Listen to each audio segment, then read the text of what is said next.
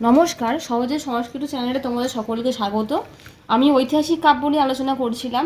এর আগে তোমাদের পদ্মগুপ্তের নবসাহসঙ্ক চরিত এ পর্যন্ত পড়ানো হয়েছে। সেখান সেখান থেকে টিকা, বড় কোশ্চেন এলে কীভাবে লিখবে সবগুলি আমি করিয়েছি। মানে এর পরে আরও বাকি আছে, সেগুলো পড়াবো। শর্ট কোশ্চেন বলে দিয়েছি। আজকে আমি বিলহনের বিক্রমাঙ্ক দেবচরিত সম্পর্কে আলোচনা করব। আর তোমরা যদি চ্যানেলটি ভালো লেগে থাকে চ্যানেলটি অবশ্যই সাবস্ক্রাইব করে নেবে এবং বেল আইকনটি প্রেস করে অল নোটিফিকেশানটি অন করে দেবে। দেখো, শুরু করি আজকে বিলহনের বিক্রমাঙ্ক দেবচরিত। খ্রিস্টীয় একাদশ শতকে কাশ্মীরীয় কবি বিলহনের বিক্রমাঙ্ক দেবচরিত বৈদর্ভী রীতিতে সযত্ন শব্দচয়নে অষ্টাদশ স্বর্গে রচিত এক বিখ্যাত ঐতিহাসিক কাব্য। গ্রন্থের অন্তিম স্বর্গে কবির আত্মপরিচয় লিপিবদ্ধ। অধ্যাপক কিথের মতে খ্রিস্টীয় 1088 শতকের পূর্বে কাব্যটি রচিত। চালুক্য রাজ ষষ্ঠ বিক্রমাদিত্য এই কাব্যের কেন্দ্রীয় চরিত্র। রাজবংশের যুদ্ধ এবং বিবাহকে অবলম্বন করে রচিত এই কাব্যে কবি বিক্রমাদিত্য ত্রিভুবন মল্লের যশ কীর্তন করেছেন। চালুক্য রাজবংশের বর্ণনা, বিক্রমাদিত্যের যুদ্ধ প্রভৃতি ঐতিহাসিক তথ্য এই গ্রন্থের সবচেয়ে বড় প্রাপ্তি। চালুক্য ও চোল শাসন ব্যবস্থার অনেক তথ্য এই গ্রন্থ থেকে পাওয়া যায়। অবশেষে এই কথা বলা যায় যে ঐতিহাসিক অপেক্ষা কবি রূপেই বিলহন বেশি সার্থক। তাহলে বিক্রমাঙ্ক দেবচরিত কার লেখা, কোন সময়ের গ্রন্থ, কোন ভাষায় লেখা, কী বিষয়বস্তু, কোন সময়ে রচিত, এই ধরনের কিছু শর্ট কোশ্চেন তোমাদের এখান থেকে আসতে পারে। বা হয়তো বলতে পারে যে বিক্রমাঙ্ক দেবচরিত কী ধরনের কাব্য, ঐতিহাসিক কাব্য। এরপর হচ্ছে কলহনের রাজতরঙ্গিনী, এটি কিন্তু টিকাকারেও আসে গুরুত্বপূর্ণ এটা। 1149 খ্রিস্টাব্দে কাশ্মীর রাজ হর্ষের মন্ত্রী ও পরে কাশ্মীর রাজ জয়সিংহের সভাকবি কলহন এর 8টি তরঙ্গ প্রণীত রাজতরঙ্গিনী সংস্কৃত সাহিত্যে ঐতিহাসিক রচনাবলীর মধ্যে শ্রেষ্ঠতম রচনা এবং অন্যতম সাহিত্যকৃতি।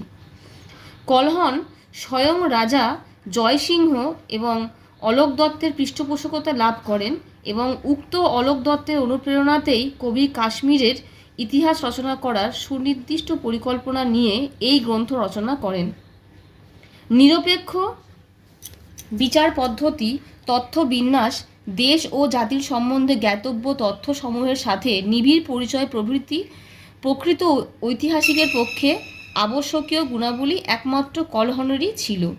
নীলমত পুরাণ, ক্ষেমেন্দ্রের নৃপাবলী, পদ্মমিহিরের রচনা, শিলালিপি, প্রশস্তি, কুলপঞ্জি, লোকসমাজে প্রচলিত কাহিনী প্রভৃতি থেকে উপাদান সংগ্রহ করে নিরপেক্ষভাবে কবি পরিবেশন করেছেন বলে রাজতরঙ্গিনী শ্রেষ্ঠ ঐতিহাসিক কাব্যের মর্যাদা লাভ করেছে। তাহলে রাজতরঙ্গিনী শ্রেষ্ঠ ঐতিহাসিক কাব্যের মর্যাদা লাভ করেছে কেন? তাহলে এইটুকুনি বলা যেতেই পারে।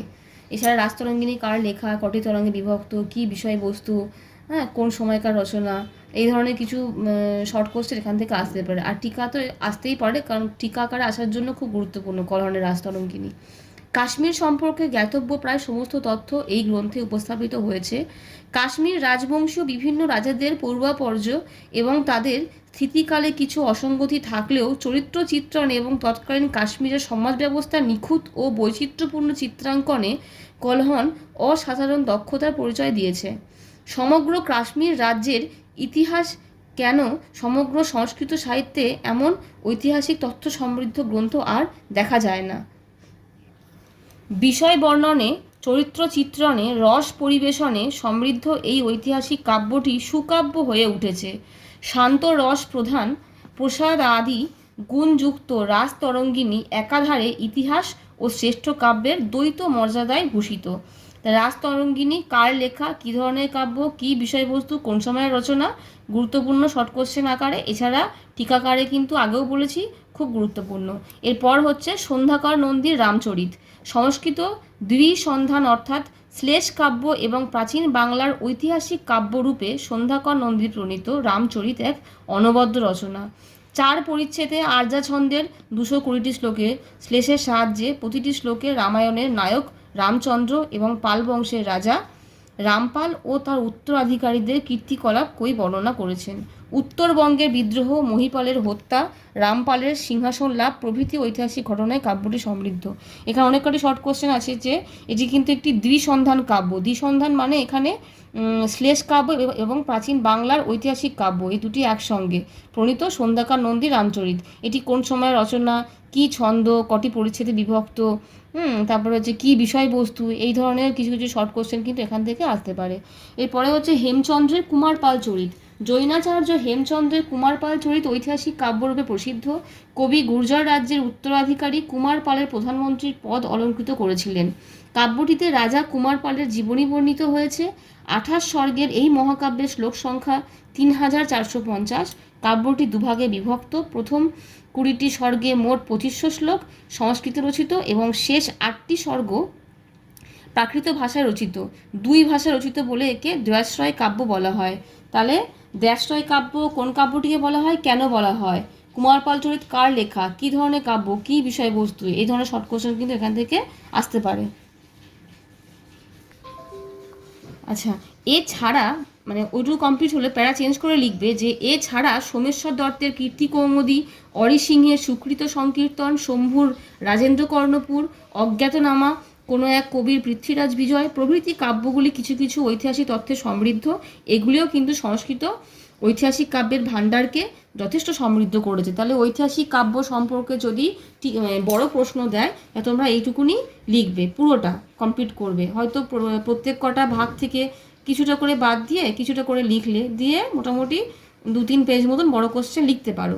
আর এরপর যে টিকাকারে আসে তাহলে মাঝখানে কোনগুলি বেশি গুরুত্বপূর্ণ টিকাকারে আসছে সেগুলো বলে দিয়েছি। হর্ষচরী, তারপরে কলহনের, যেটা বললাম রাজতরঙ্গিনী, এইগুলো হচ্ছে খুব গুরুত্বপূর্ণ।